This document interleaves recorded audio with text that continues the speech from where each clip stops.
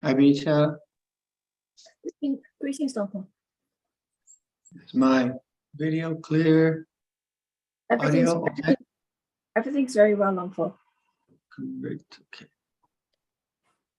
So, Lumpur, so brothers and sisters in the Dhamma, we're now in the presence of the Venerable Ones. Let us all put our palms together and offer Lumpur our respectful 3 bows.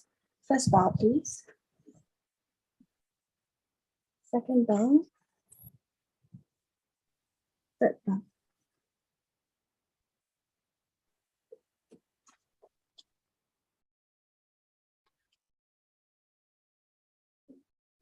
So what should we do, Bita? Some meditation? Yes, Lumpur, meditation and talk. Okay.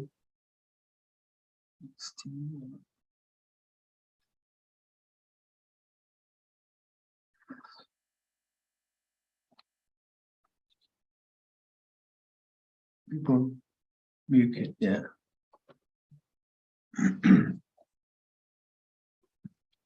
So take a posture that you can sit still with for half an hour or so. Sit for half an hour.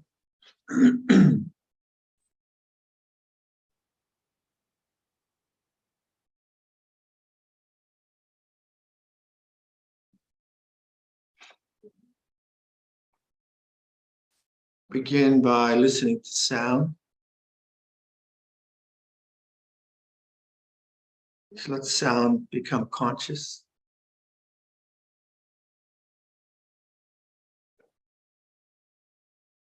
And notice the listening brings you to silent attention.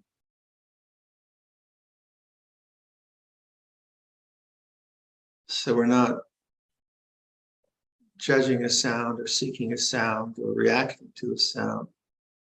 So our attention is receptive, present, and still. Stillness of knowing.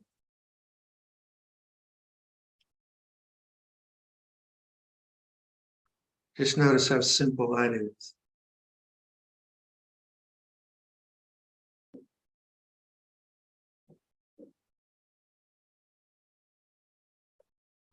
Feel your breathing. Feel the breathing of the body. And in noticing the body, observe the stillness of awareness.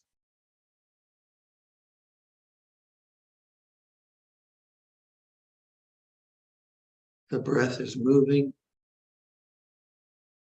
Awareness is still.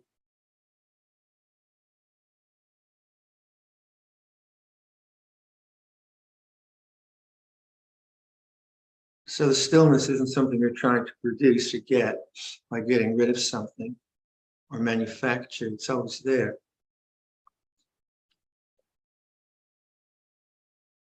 Listen to sound. Let the sound become conscious. Notice the stillness of awareness. And notice that that's not dependent on the quality of sound.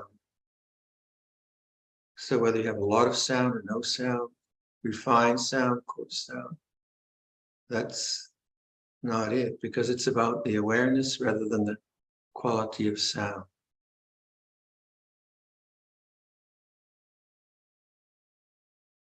Stillness of knowing, stillness of being.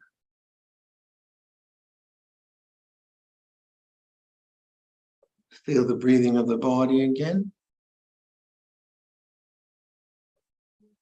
Notice the stillness of awareness.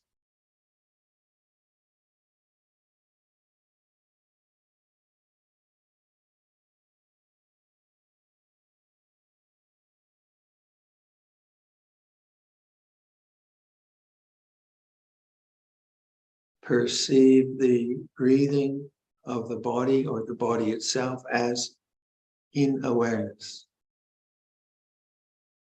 So the breath is taking place in awareness.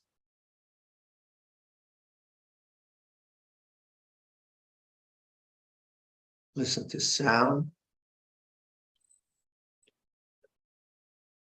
Perceive sound as in awareness.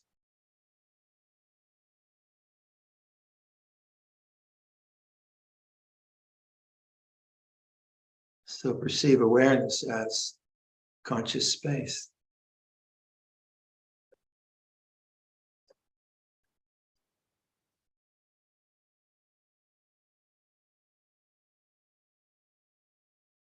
So sounds come and go, breath comes and goes, thoughts come and go.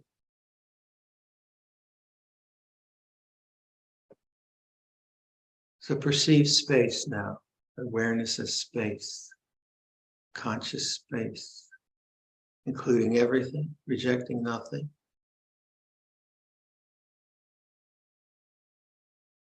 Now be that awareness.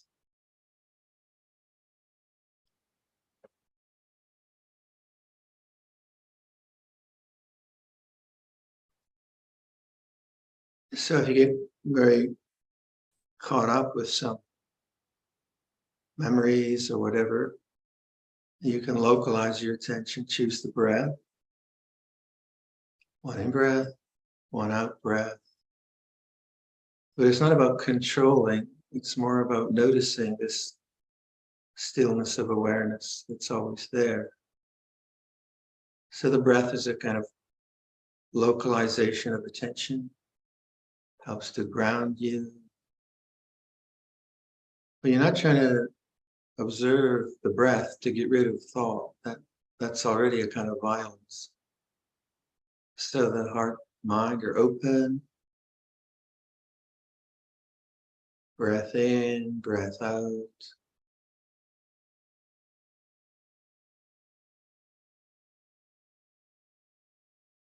And the thinking mind comes and goes.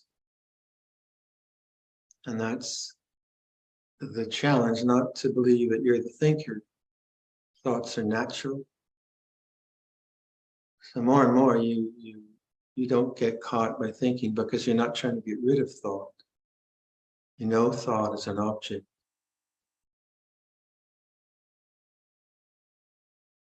All right, just a few ideas and let's sit quietly for the rest of the session.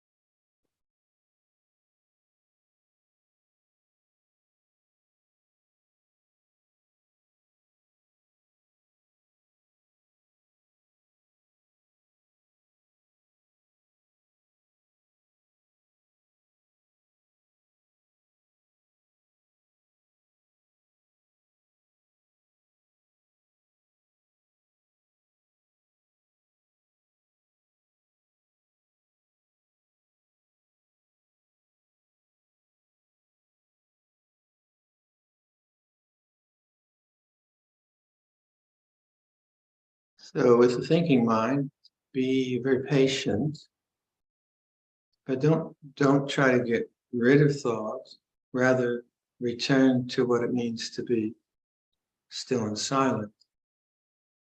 And then you can use the breath or just sound. So you establish the base, as it were. You listen to sound, you know the stillness. Then you pick up the breath. Thoughts take you away, you notice it, then listen to sound, establish the stillness. So you're not making efforts to get rid of thought by focusing on object of meditation. That won't work. You just think more. But you are recognizing thought as an object and choosing not to just follow the worries or fantasies. And that's one of the great skills of the meditator, to understand thought as a phenomenon that comes and goes, and not to be constantly caught in thinking, and yet not to try to get rid of thought. It's a tricky one, that one.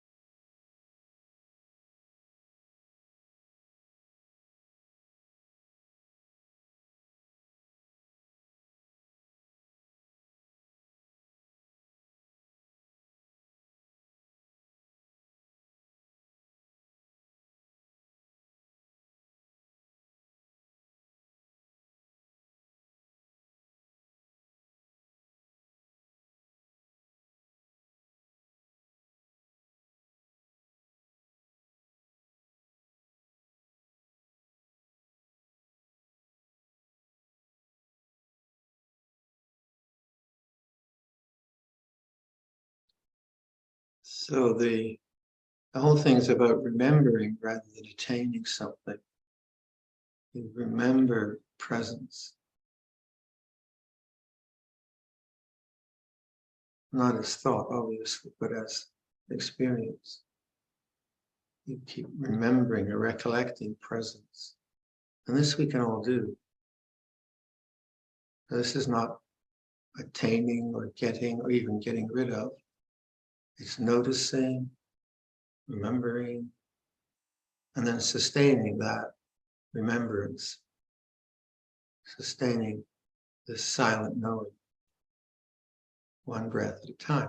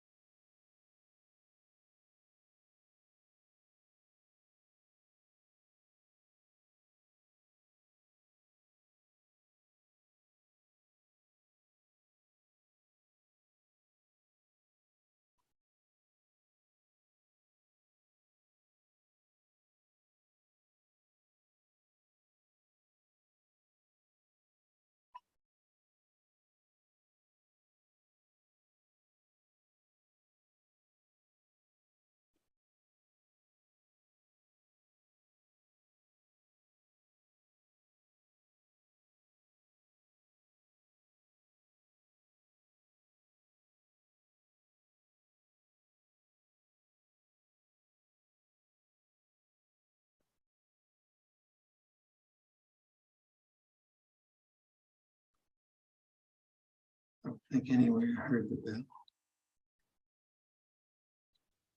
Bita, are you there? Yes, Lampo. Sorry, we didn't hear the bell. Yeah, I have an electronic bell. Good evening, Lampo. Sure thing. Haven't seen you for a while. How you been? Okay. Yes, I'm good. How are you, Lampo? Very happy. Very good. Thank you. Nice to see you again. Me too. Okay, so now we'll request for Dhamma talk. Brahma Jaloka Dipati Sahambati Katanjaliha Divarangaya Jata Santi Dasata Parajaka Jatika Dese Tudama Anukampi Mampaja.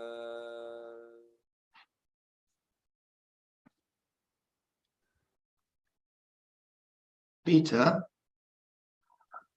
Yes, Lampo. I just sent you an email of a picture of the developments on the meditation hall. Okay. Can you get that up whenever? Yes, I will. I will. We can look at it later. Okay, sure, Lampo. Namo tassa bhagavato arahato samma sambuddhassa. Namo tassa bhagavato arahato samma sambuddhassa. Namo tassa bhagavato arahato samma sambuddhassa. Buddhang dhammang sanghang namasami.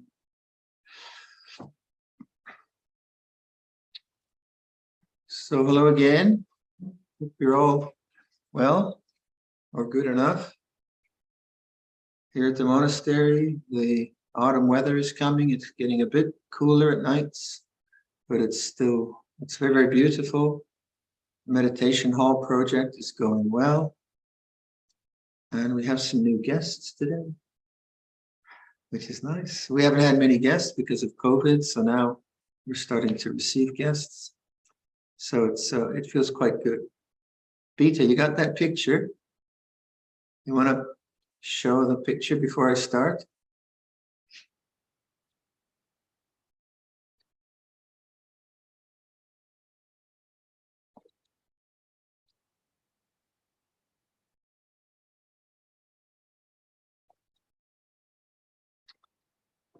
There it is. Doesn't look like much. It looked better on my camera. But anyway, you can see those are huge, long Douglas fir beams going up to create the structure for the roof. It doesn't portray it very well, but when you go inside there, the wood is, there you go, a bigger. So you can see the size of the timbers. What are they, 15 by 10? The dimension of the end of the big beam is 15 inches by 10 inches. Those who are into engineering. Anyway, it's quite an exciting time because the workmanship is beautiful and the wood itself is very beautiful. And the craftsmen they're just really, really nice guys and excellent craftsmen. Okay, thanks, Bita. All right, so Namo tassa bhagavato arahato samma sambuddhassa. Namo tassa bhagavato arahato samma sambuddhassa. Namo tassa bhagavato arahato samma sambuddhassa. Buddhang dhammang sanghang namasami.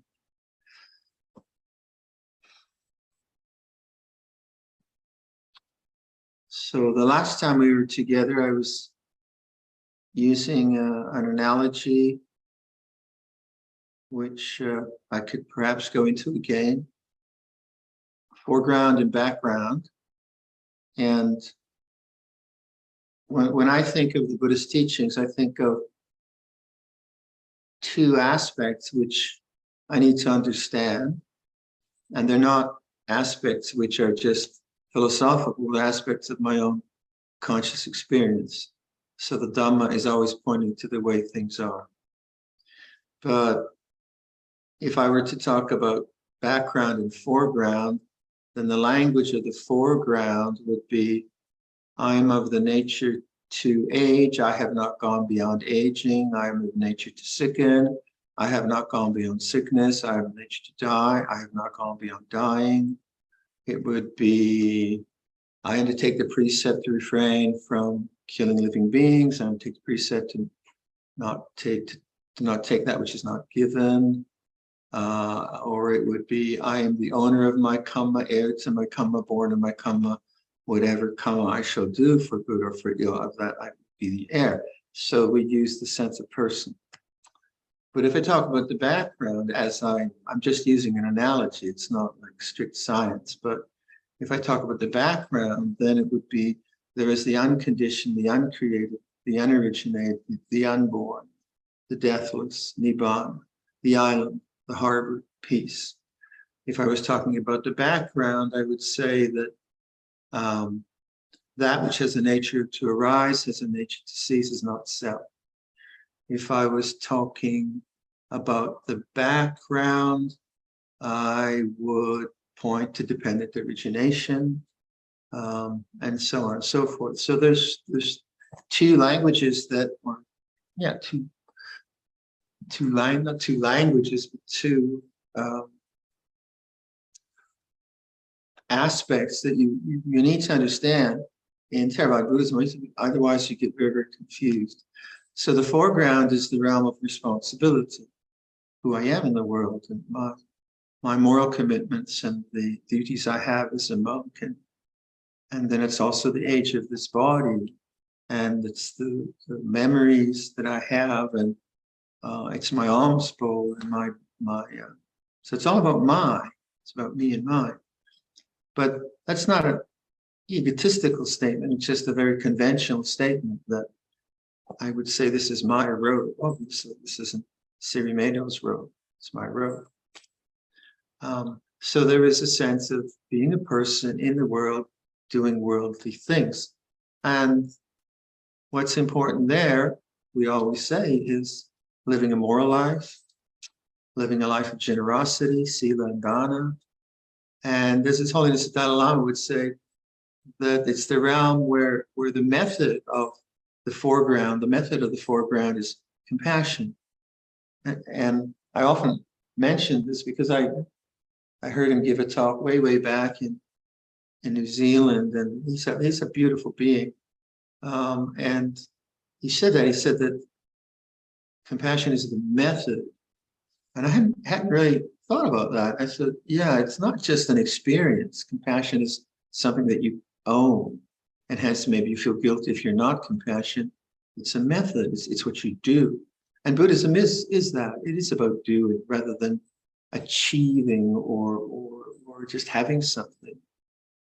Compassion is the method. So if I were to talk about the method of the background, I would say non-grasping, non-attachment. And this is the language that we use. And the way I was trying to kind of indicate that last time was a very interesting kind of experiment if you do it by using the word I.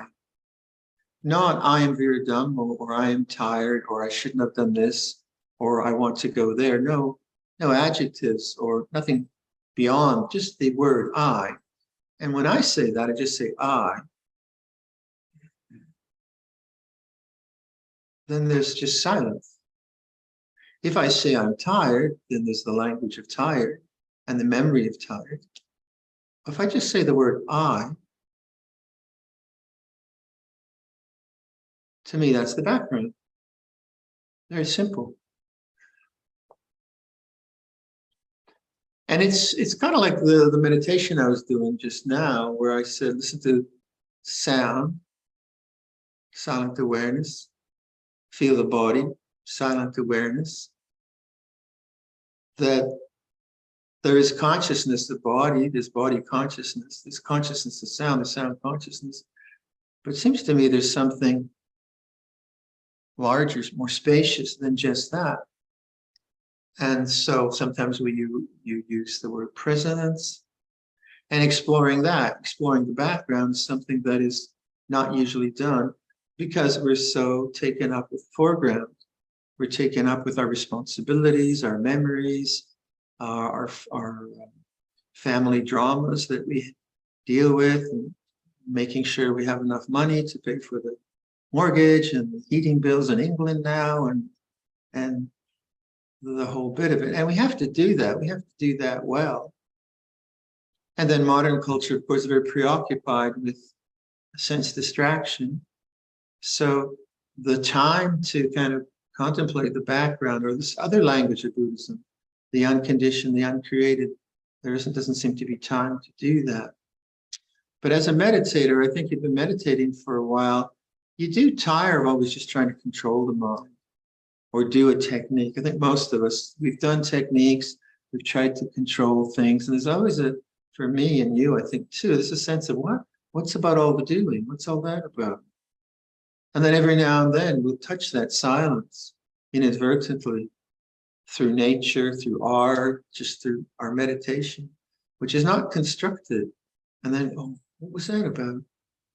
So what I encourage is to start to really explore the background, but live skillfully in the foreground. So the foreground becomes dominant when we live poorly, obviously. So if I live, we all know this, but if I live an immoral life and I have no generosity in my heart, then the foreground is going to be not very, very pretty. So if I've hurt people, I've been stingy and I'm hoarding my own goods and I don't want to share, then my mind will be obsessed with the foreground. And I'll probably have to do something like obliterate the mind with drugs to get away from the nastiness of the foreground.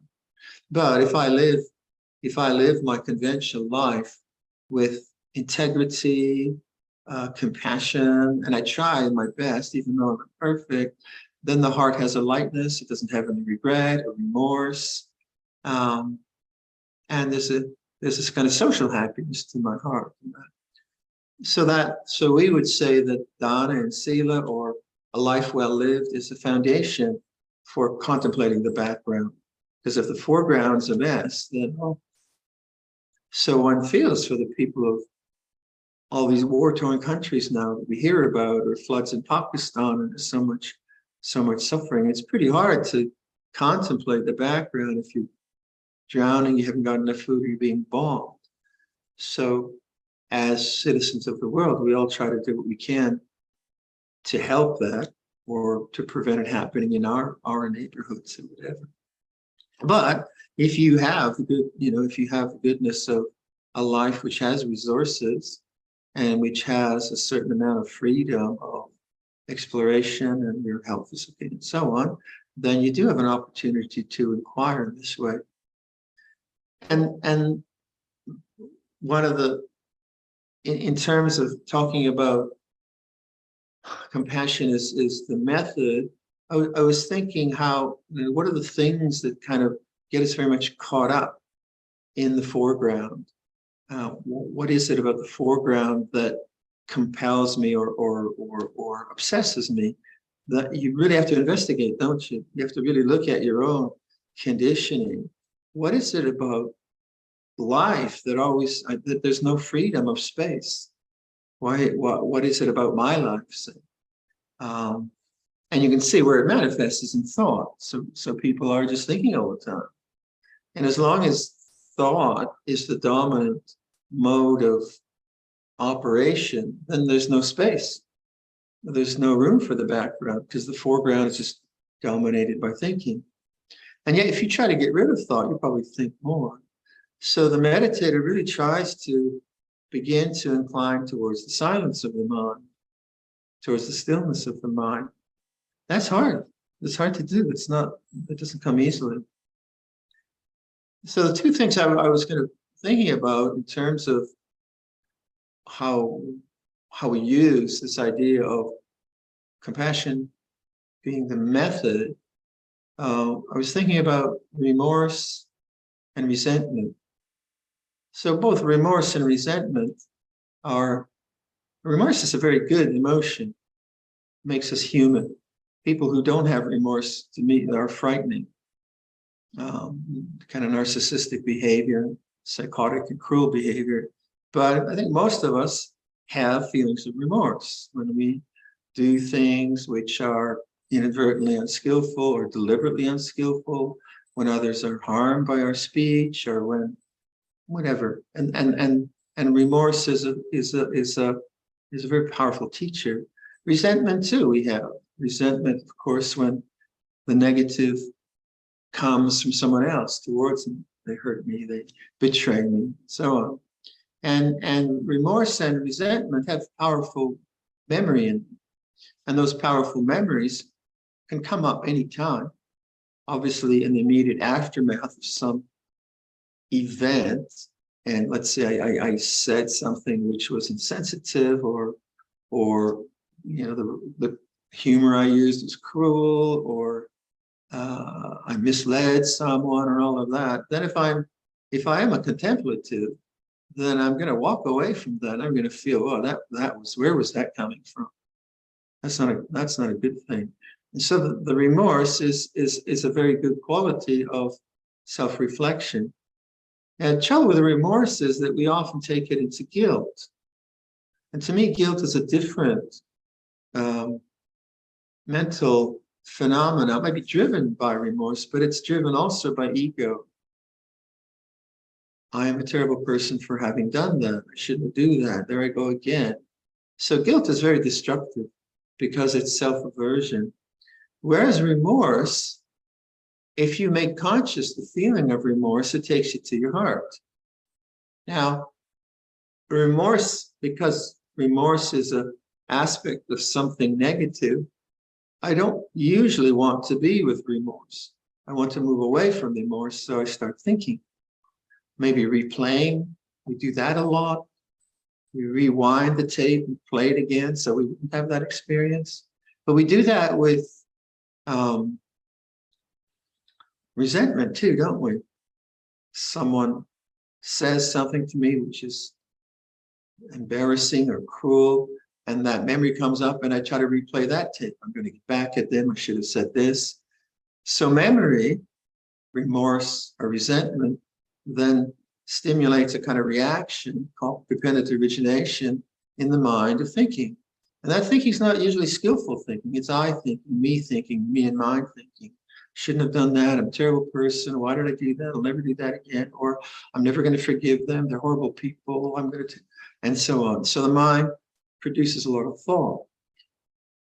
Now, the compassionate response to that would be to actually welcome it as a mind state in the heart. That would be the way I would deal with it. So say remorse, I say something and I'm insensitive, and then I notice, oh, that was not good. The person is hurt. Now I know that it was my responsibility. It's not just some vague perception. I know that I was not coming from a good place. So then when that remorse comes up, the value of it is then to go to the heart. Now, if you go to the heart chakra and you're alive there, then you'll get a very unpleasant feeling, but it's an aspect of love, because you don't want to hurt another person. That's a compassion. So you don't want to hurt someone. So if you bear witness to that, if you bear witness at the heart, the desire mind will want to go into thinking to escape it. But if you bear witness to that, you bear witness that makes you more compassionate. And then the tendency to do that in the future is lessened, because you felt the pain of that. You don't want to be there. However, if you run with thinking, and although the thinking might seem okay, I'm a terrible person, I shouldn't have done that, that will just make you more averse in the future. That's not love. That's not compassion. That's more aversion. And then you'll just have another experience of aversion. We'll go on and on. So the heart chakra bears witness to these painful things, but I would say that is one of the ways I would interpret compassion being the method Because in that moment of insensitivity, I was just into my own trip, into my own humor, whatever it was. I wasn't really compassionate. I wasn't looking at them. It was about me. And we all do that. We all do that. So remorse is tremendously valuable because it softens. It really softens. It softens the heart. If you are willing to bear witness to it. So memory then becomes obviously very, very important to understand this is a memory. This memory has produced this result. And rather than going to thought, rather than creating more ego, I bear witness to the memory, the pain of the memory. And it's similar with resentment. So then I'm in another situation and I'm at the sharp end of the harsh words. And I receive the derogatory comments or someone makes fun of me, whatever it might be. And then I walk away that and right away my mind starts to feel the resentment, the aversion. And then what happens is that memory comes up. I'm going to get them. I'm not going to forgive them. I'm going to put them on YouTube or whatever one does these days. I'm going to do a Facebook. Anyway, it goes on and on and on. But then if you do the same thing, if you go to the heart chakra and now you feel the aversion, and aversion also is very heartfelt. But you bear witness to the aversion. Your mind will want to go to the resentment with, that's ego. But now you don't go to thought. You go to the silence of knowing the heart. And you bear witness to that, you'll reach forgiveness. Obviously, if someone killed my child, then that's a huge different kind of psychological undertaking. That's very difficult. But just in the kind of normal circumstances of our lives, these are very common things. And they can be very, very useful actually for developing compassion. Now, if you have an ideal that I should be compassionate, that's not developing compassion. That's just saying I should be compassionate, which is actually quite cruel. You can be quite cruel to yourself. I should be compassionate. I'm a horrible person. Well, where's the compassion in that? That's just self-aversion. So accepting the fact that we all have these kinds of limitations and that we're human beings, that we get the flu and all the rest of it, we begin to try to apply principles of awareness and enter into the underlying moods of the mind rather than always be wrapped up in the narratives. So if you take like resentment, you can have a resentment of something that happened to you, think you've worked it through. A year later, someone will say something about that person who you really resent and haven't forgiven. They'll make a compliment about that person. Your resentment will immediately come up again. And you'll say, he's a horrible person, terrible person. And then you'll be embarrassed for having said that. So memory does that, doesn't it? It just catches you off guard. And that's what thought very often is just triggering of memories. So one of the things you're training yourself in ordinary mindfulness practice is memory. The memory feels like this, and letting go of storyline. Memories, this is a memory. What does that memory feel like? That's a huge thing in liberating the mind, because memories create a strong sense of self. So there's all kinds of other things that the foreground speaks to, but when the heart makes a serious commitment to compassion, really, really working on not just compassion as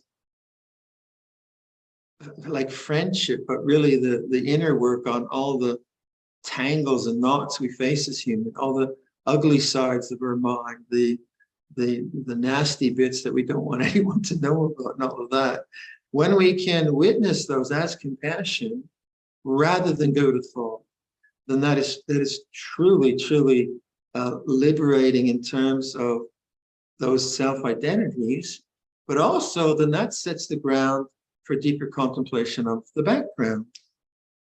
If I don't do that, if I don't understand that, I don't really understand how to resolve these things, then of course the background is never available because I'm always in the foreground, thinking and analyzing and trying to get rid of.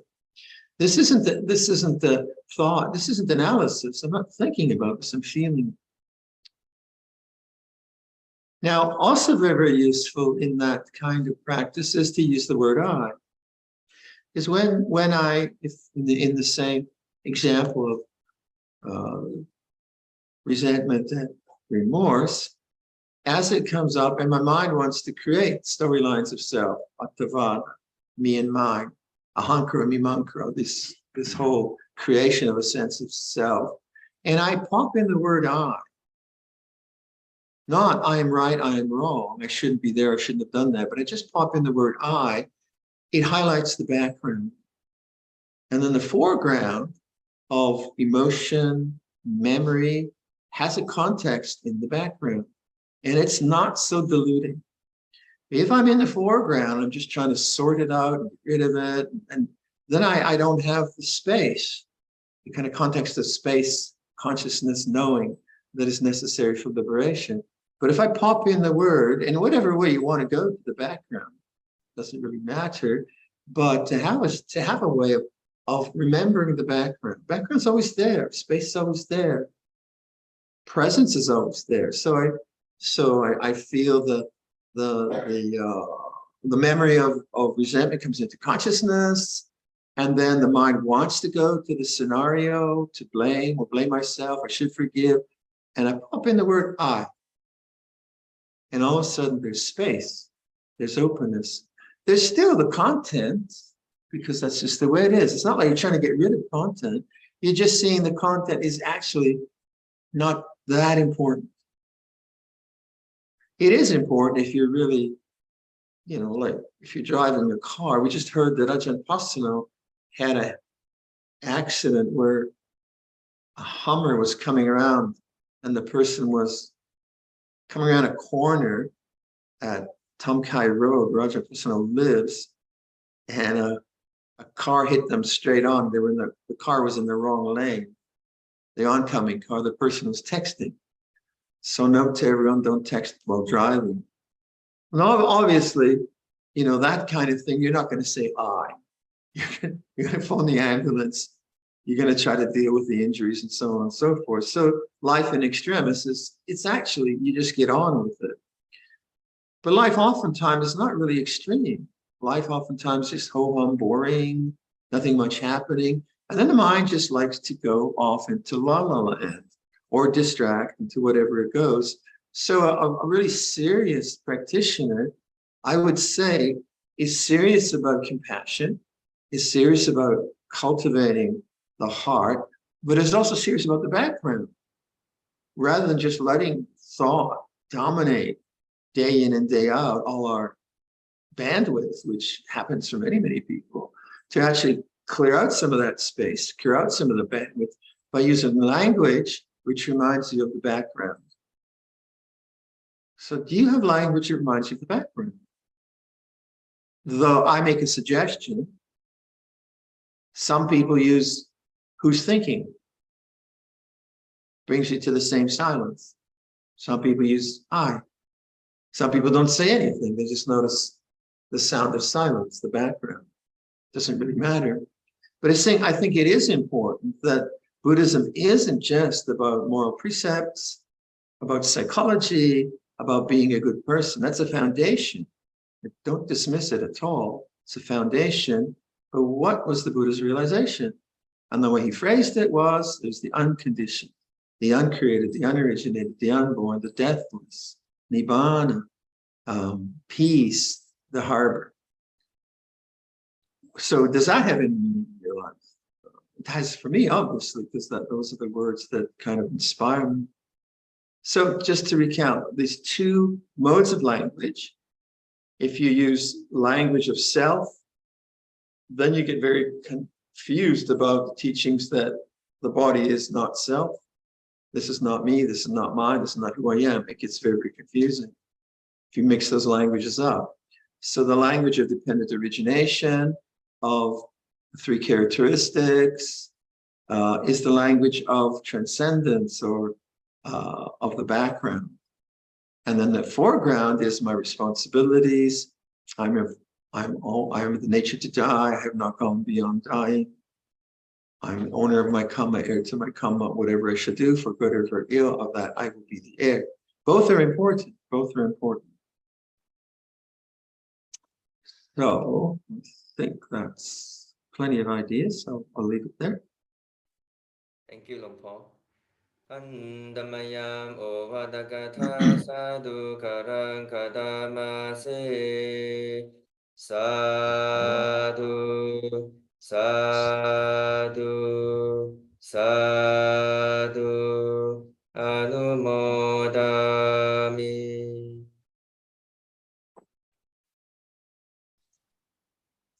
Any questions? Thank you so much, Longpo. So the floor is now open for questions. Anyone's got a question? Feel free to click on the raise hand button on your Zoom panel, or you can type your question into the chat box. Any questions? No. If you have, let me know. I need questions. There is one here, Longpo, from Suzanne. Okay, Suzanne, please. Hi, Longpo. Hi, It's been a Suzanne. while. It's been a while since I was able to be here. Thank you. Ajahn, I'm not sure that I have this foreground and background straight in my head. So I'll just say a little word and see if that lands. Is that okay? Sure, yeah, go for it. So the background is like the deathless, the unconditioned, and that's always there. That can never ever be changed. That's like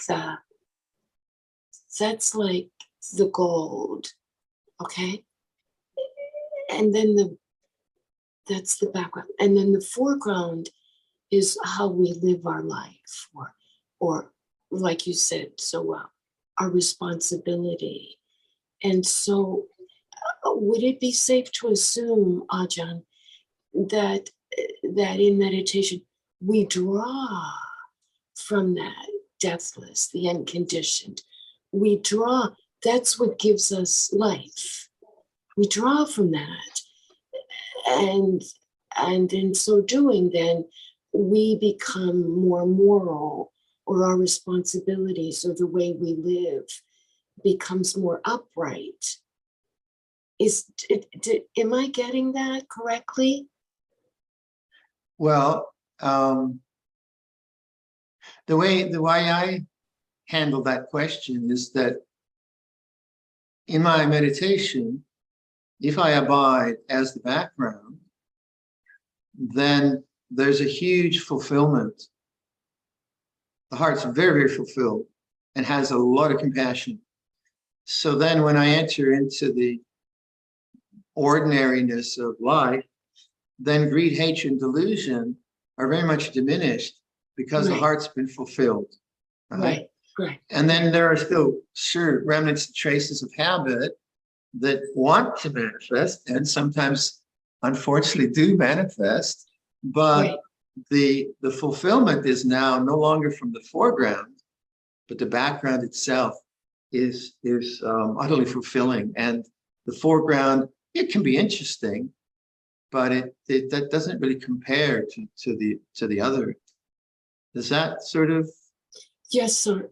Yes, Ajahn. Yes. And Ajahn, the more that we go and meditate and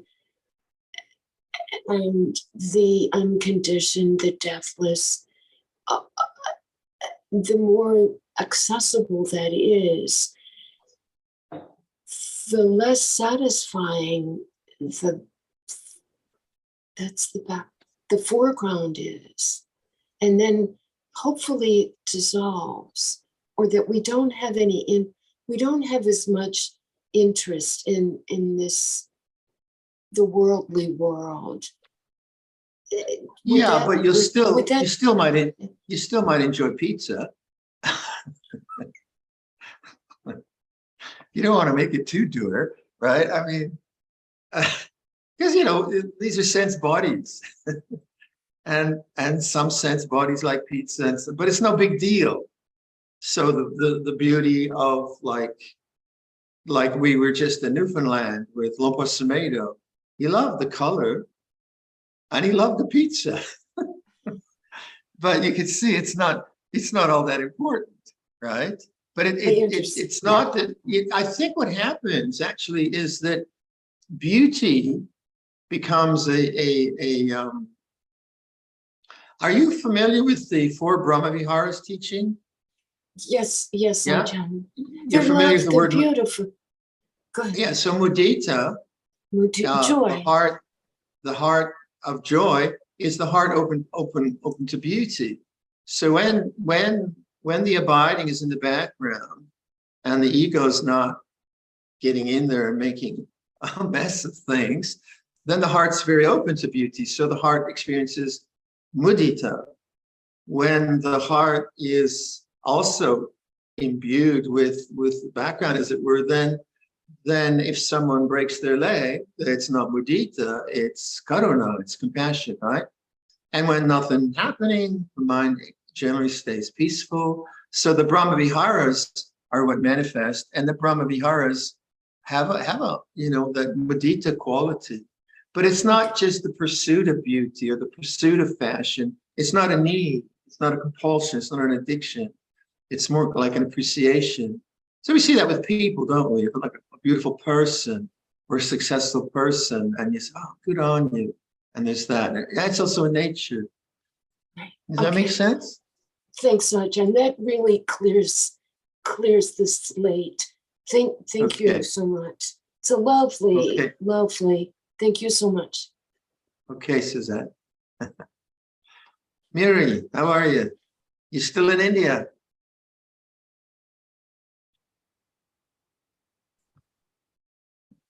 Yes. There you go. Yeah. Oh, good for you. What's the weather like in Tiruvannamalai? It's slightly getting cooler. Yes, it's really lovely here. I'm here for less than 2 weeks now. Then I'm going back to Perth. Okay. For a couple of months, and then hopefully coming back here. Yeah, this is again about the foreground and the background, and it just some clarification on it, because there's a sense when the sense of the silence and the stillness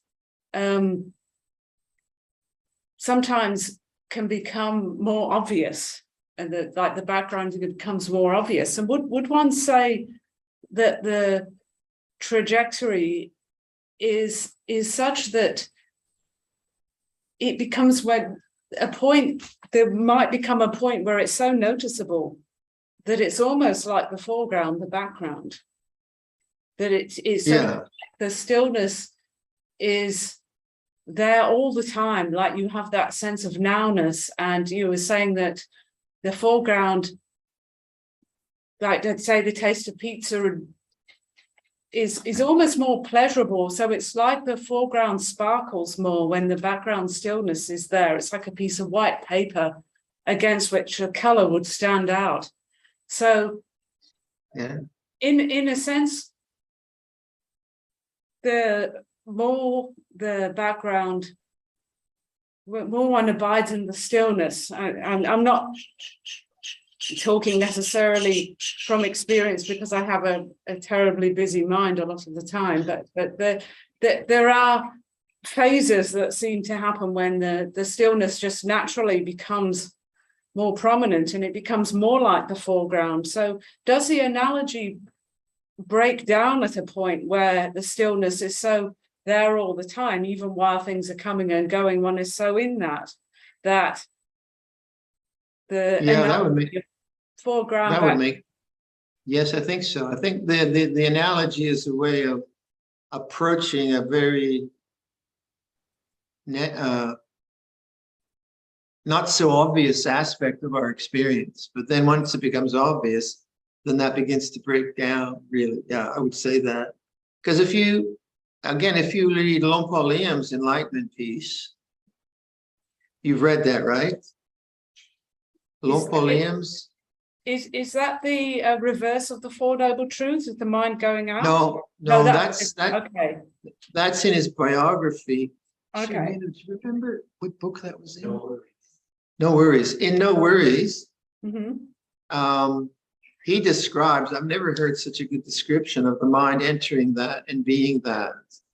So then you get a taste of fully liberated being, what their experience is. So if you want, go to that. No, if you haven't read that up. I think I might have a while ago, but I just Yes, to bring it to it's mind. a good one to return to, because then that approaches that deep insight that he had, Lumpur Cha had, so on. But like talking with Lumpur Samedo on this trip in Newfoundland, he's just saying that there's nothing much going on. And you know, he's resonating with that silence. And so the analogy becomes kind of unnecessary, but it is very interesting when I think to get people to approach that kind of question. Because the whole idea of that, the unconditioned, that's such a difficult idea to get your head around because it's unconditioned. Any language doesn't work.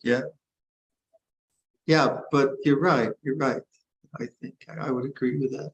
Because if it's like the mind, what causes suffering, and it's like the mind going out, like that extroversion, and attaching onto objects and getting lost in them, and therefore not seeing them in the silence, in the stillness. And once the mind stops compulsively extroverting all the time, when things come, you see it as part of the stillness and not as something else. Yeah.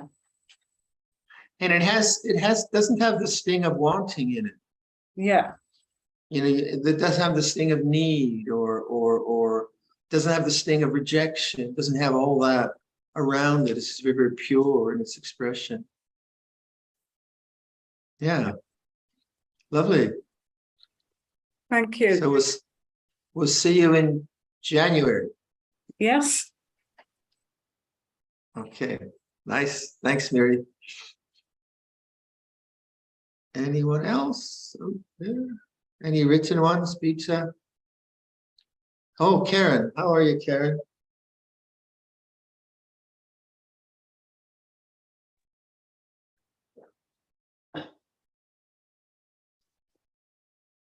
Hi, Lumpur.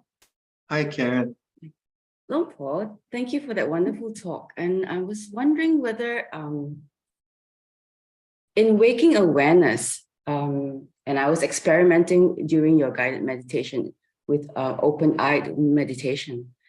It was quite interesting because as I rest in waking and open-eyed awareness, there was this experimental take on holding the self as an object. Is that something in which I should pursue, as in waking awareness, where I apprehend myself as an object in awareness, engaging with the world? Did you find anything? I found it less What did you find? I did not find that it fused with emotions so easily. So there was a little bit of this. What was it that you found that didn't get fused? Is it a thing? It was not that it was a thing, but rather I don't get caught up in the context of my attachments with the world. Okay, so then what were you doing to investigate the self? Just using the I, or what methodology did you use? Just resting in awareness without any words. Okay. Yeah. And then when you said you investigated the self, what were you doing? Just noticing the sense of self coming and going, or? Yeah, because I find that we oscillate between awareness and then the doing self. Okay. You actually rest in awareness, and then you go out into the foreground, and then you come in the background.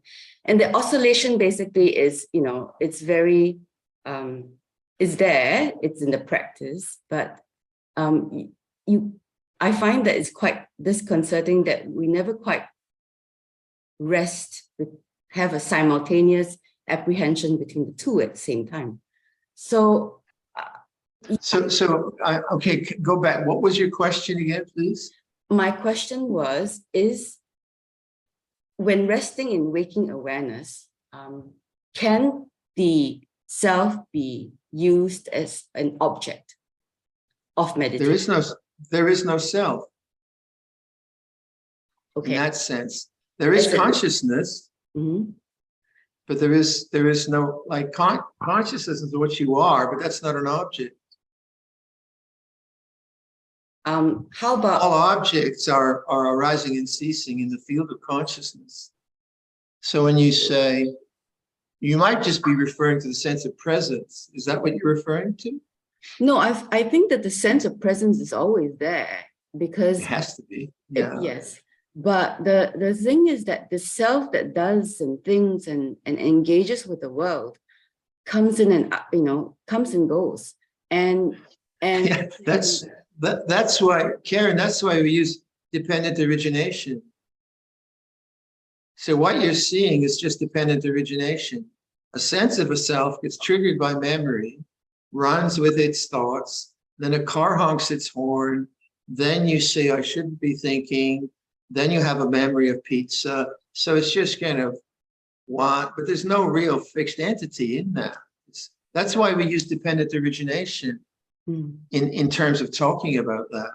But then we talk about the unconditioned, then it's not dependently original, it's not sankata, it's asankata. So maybe it's just language, but you could, in your investigation, see, is there a permanent entity that you can know as an object? And the Buddhist teachings say, no, you can't. But you will see a sense of a self coming and going for sure, but that's dependently originated. Now, I mean, that's a lot of language, but that investigation is very, very important. That, okay, Buddha says that which has a nature to arise has a nature to cease, and there's no fixed entity in it. Investigate that. Is that true? We really want, what is this entity? And that will take you more and more to emptiness, that this is empty of a fixed persona or being or whatever. And yet there's consciousness. But consciousness is not an object. You see what I mean? I mean, it's a very good inquiry, but be very, very rigorous in it. Rather than thinking about it, right, really silently look, okay, where is this permanent sense of caring or whatever? But that kind of inquiry, you have to do it in silence, because otherwise you just go into thoughts and analysis, and it's the same old. So when we talk about samma samadhi, one of the ways you might talk about that is I was thinking you could think about it as sustained, silent inquiry. So sustained for a span, silent, not intellectual, analytical, because thought can't understand this. It just goes on and all its judgments. And the silence is hard. And then the inquiry is, like if I see a new form of animal life, like there's a bird, then I'm looking at the bird in silence. And then I look at it for a while and I look, that's a wild turkey. I name it afterwards. But the inquiry is silent. I'm not thinking bird, that's a bird. It has, and I'm just looking very, very silently. So think of maybe samma samadhi as the sustained silent inquiry, but inquiry from Dhamma Vicaya or from silence. Because you can inquire, can't you, and be silent. You can look at things, solve puzzles. And that's a very useful, very fruitful form of attention. So the silence, I think, is the key to don't trust the thinking mind. Because all of us have pretty strong analytical faculties, because that's the way our culture has trained us. So that's to be used in other places. Here it's like the silence of no thought. No, I really like the fact that you help us find our way back when we get lost in thought in the foreground with compassion as methodology. And then I thought that was quite interesting that, you always mention that you always come back to the heart chakra and, be bearing awareness, and never saw it as a methodology or a skill set. And I think that helped me, see it in a different context. Yeah, because what we do is, like as Buddhists, we just take positions, right? There's this, but it's just thought, but it doesn't have the vibrancy of inquiry. So I should be compassionate. Right. Okay. My mother told me that. But what is it as an inquiry? What is compassion? What's this kind of, that's the life of the contemplative person's experience. All right, good. Thank you. Hey, Karen. Malika, how are you?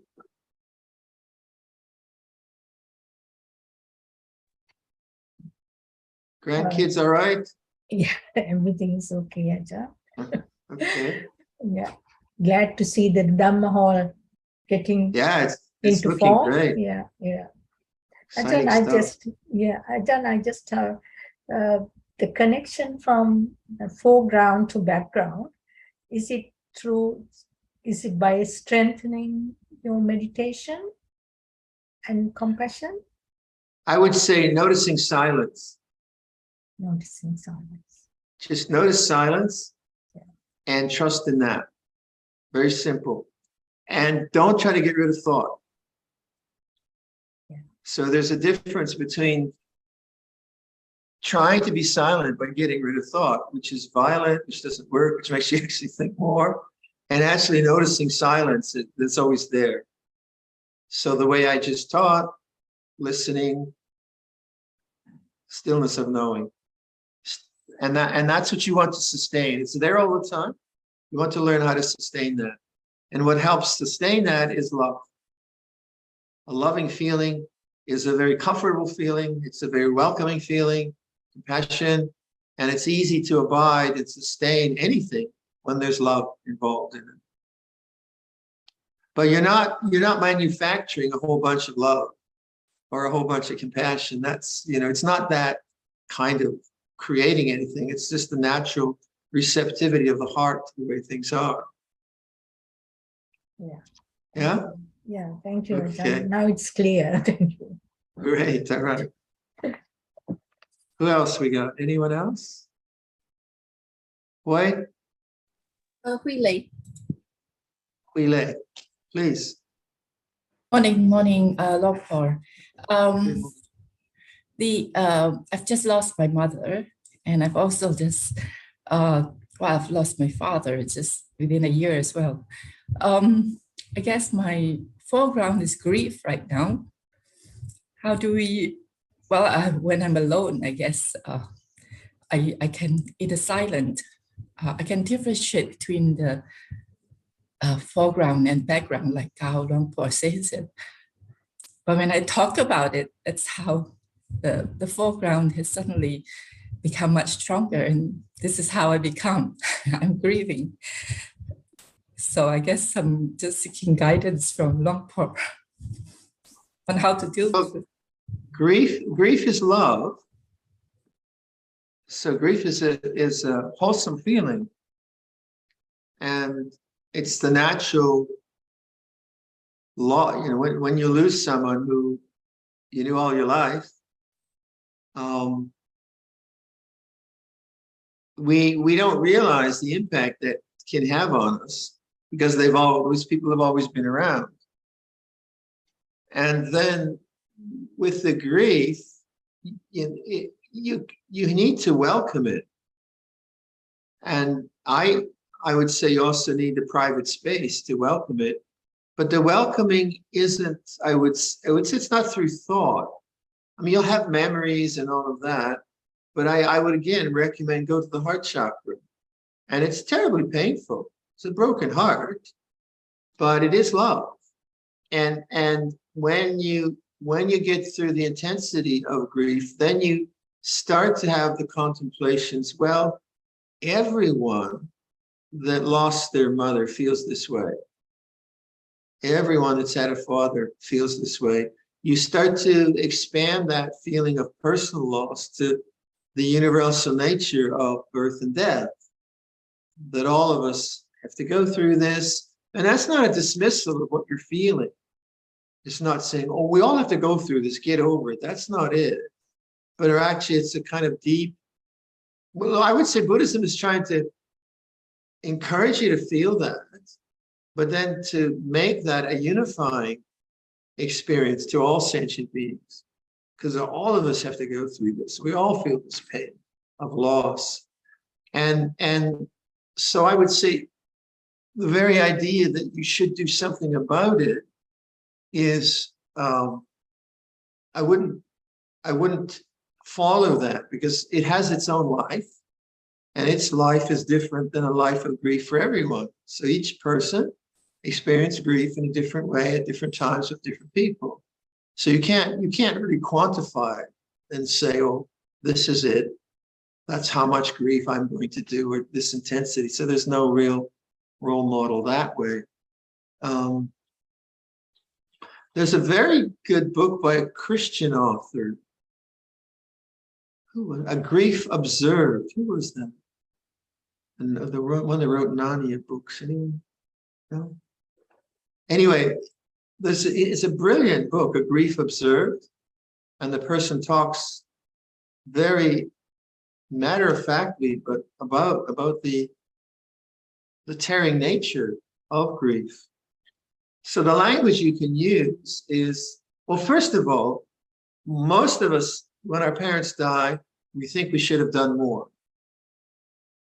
Even if you did a million %, as it were, always the mind will create, if I had done, and I have, So that is an insidious form of trying to retrieve the past, I suppose.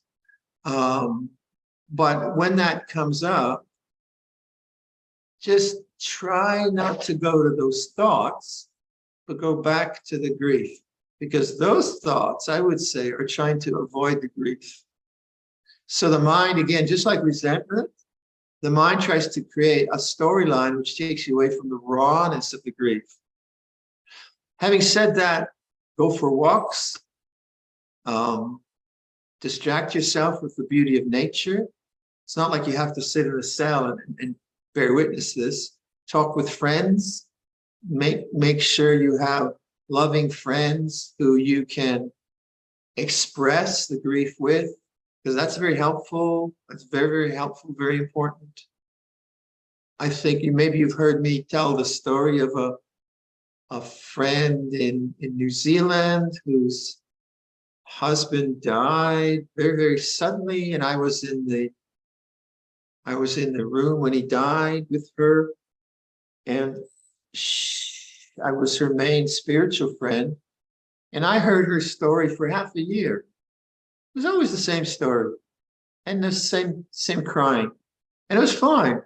And then she felt better, and then after half a year, that lifted, and she's very happy, has good memories of her husband, but the grieving time was intense. It was so sudden. They were both young, they had young families, and there was no preparation, blindsided. And some of the Buddhist community around there, after some time, told her to get over it.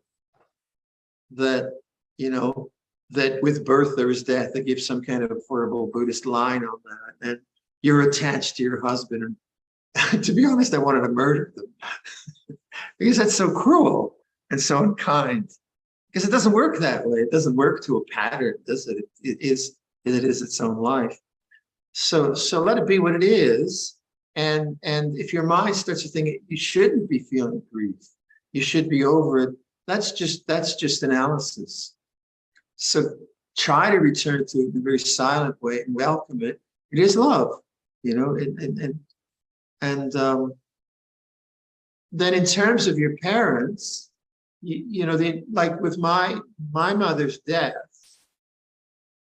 the first week there was because I was caring for her and I was with her with the whole dying process. There were no nurses. So the intensity of my memories was very much on her pain in those last days. And very intense, constant memories. But then those, and I, my mind would say, I should have done this and I should have done that. But I knew it well enough not to go there. Then the intensity changed to different kind of memories, but quite often it'd be very, very powerful, that old memory of mom dying. And then the whole memory structures changed. And now there's very little of that. That had its own time. And sometimes you have dreams, which kind of indicate to you that, it's time to move on, or all kinds of things can happen. But just trust that you're living Dharma. You took care of your parents the best you could. Keep trusting in that. Yeah, it's not easy. Thank you so much, Longpo. Thank you for the guidance. Thank you. It's helpful. Anyone else covered it?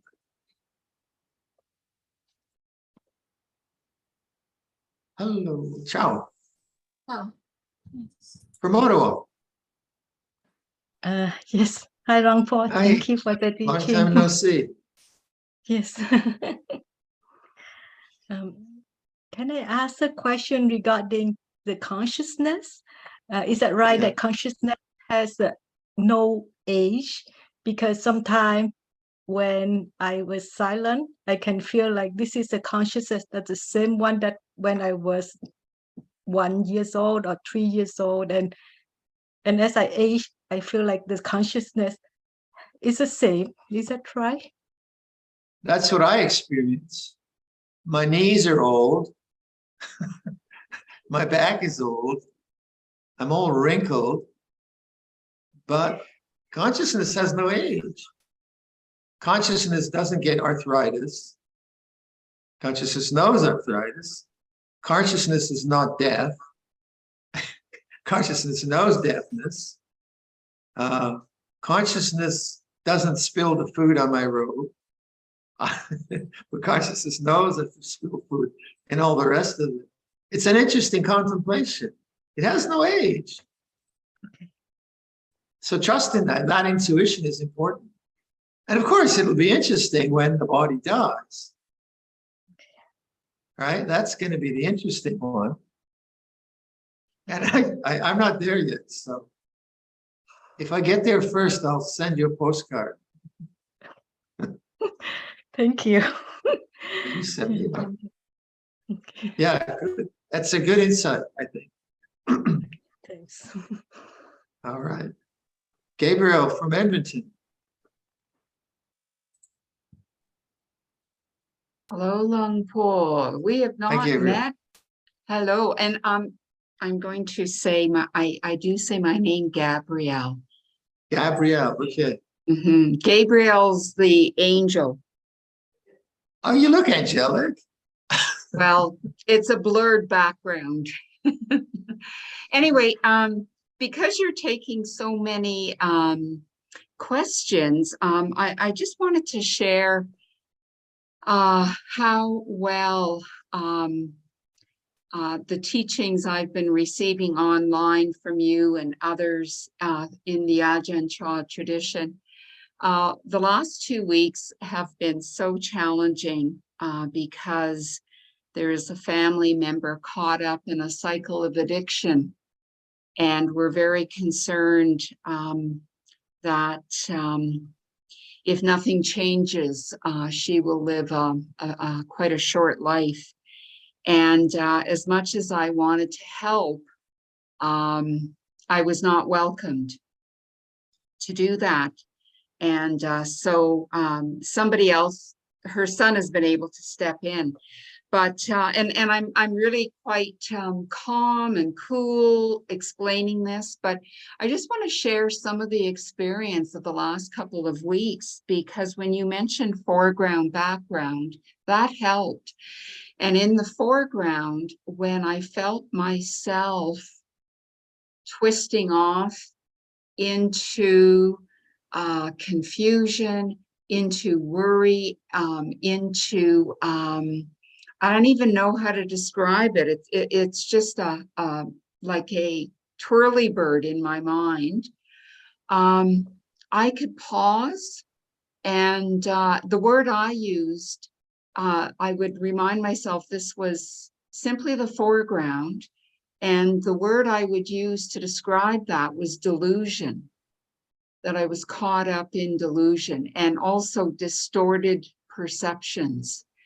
And it was quite amazing how it just settled, and I could feel, rather than that squeezed sense in the mind where you're just cornered, it would open, and there was a sense of more spaciousness, and I could touch the silence, and it would be there, 30, 45 seconds, but it was something.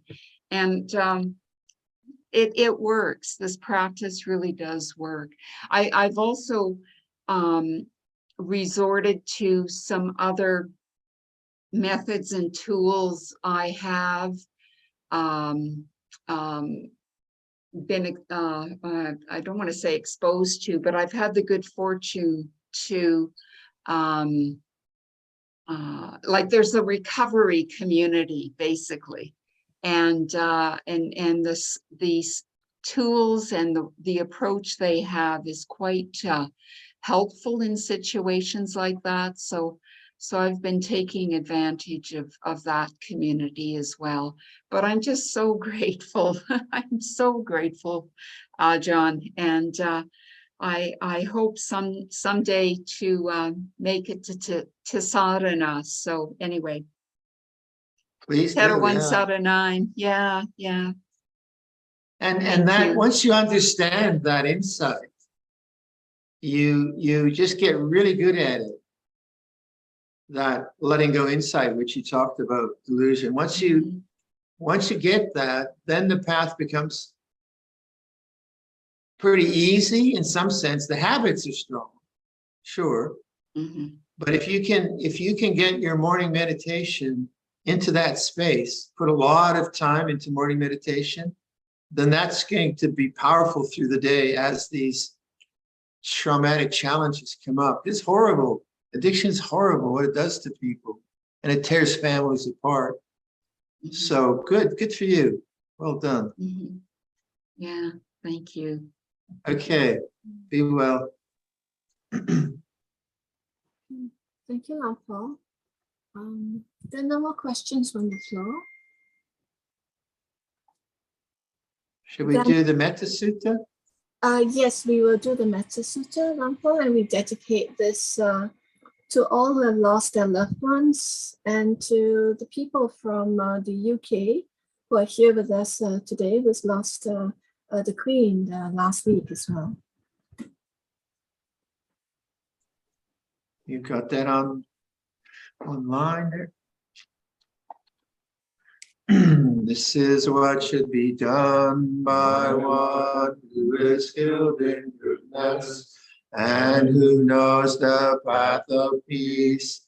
Let them be able and upright, straightforward and gentle in speech, humble and not conceited, contented and easily satisfied, unburdened with duties, and frugal in their ways, peaceful and calm and wise and skillful, not proud and demanding in nature.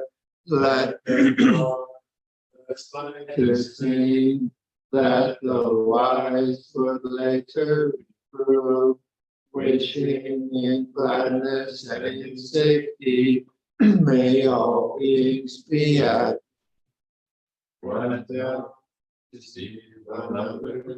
whatever living beings there.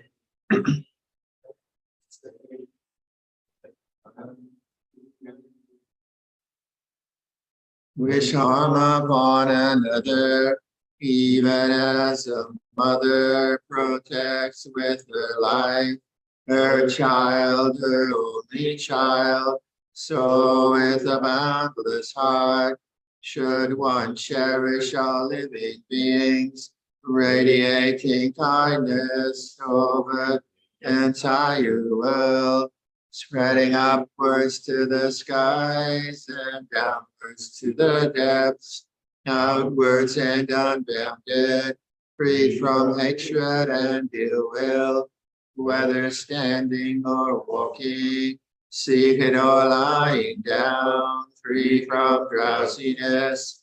One should sustain this recollection. This is said to be the sublime abiding, by not molding to fixed views, the pure-hearted one, having clarity of vision, being freed from all sense desires, is not born again into this world.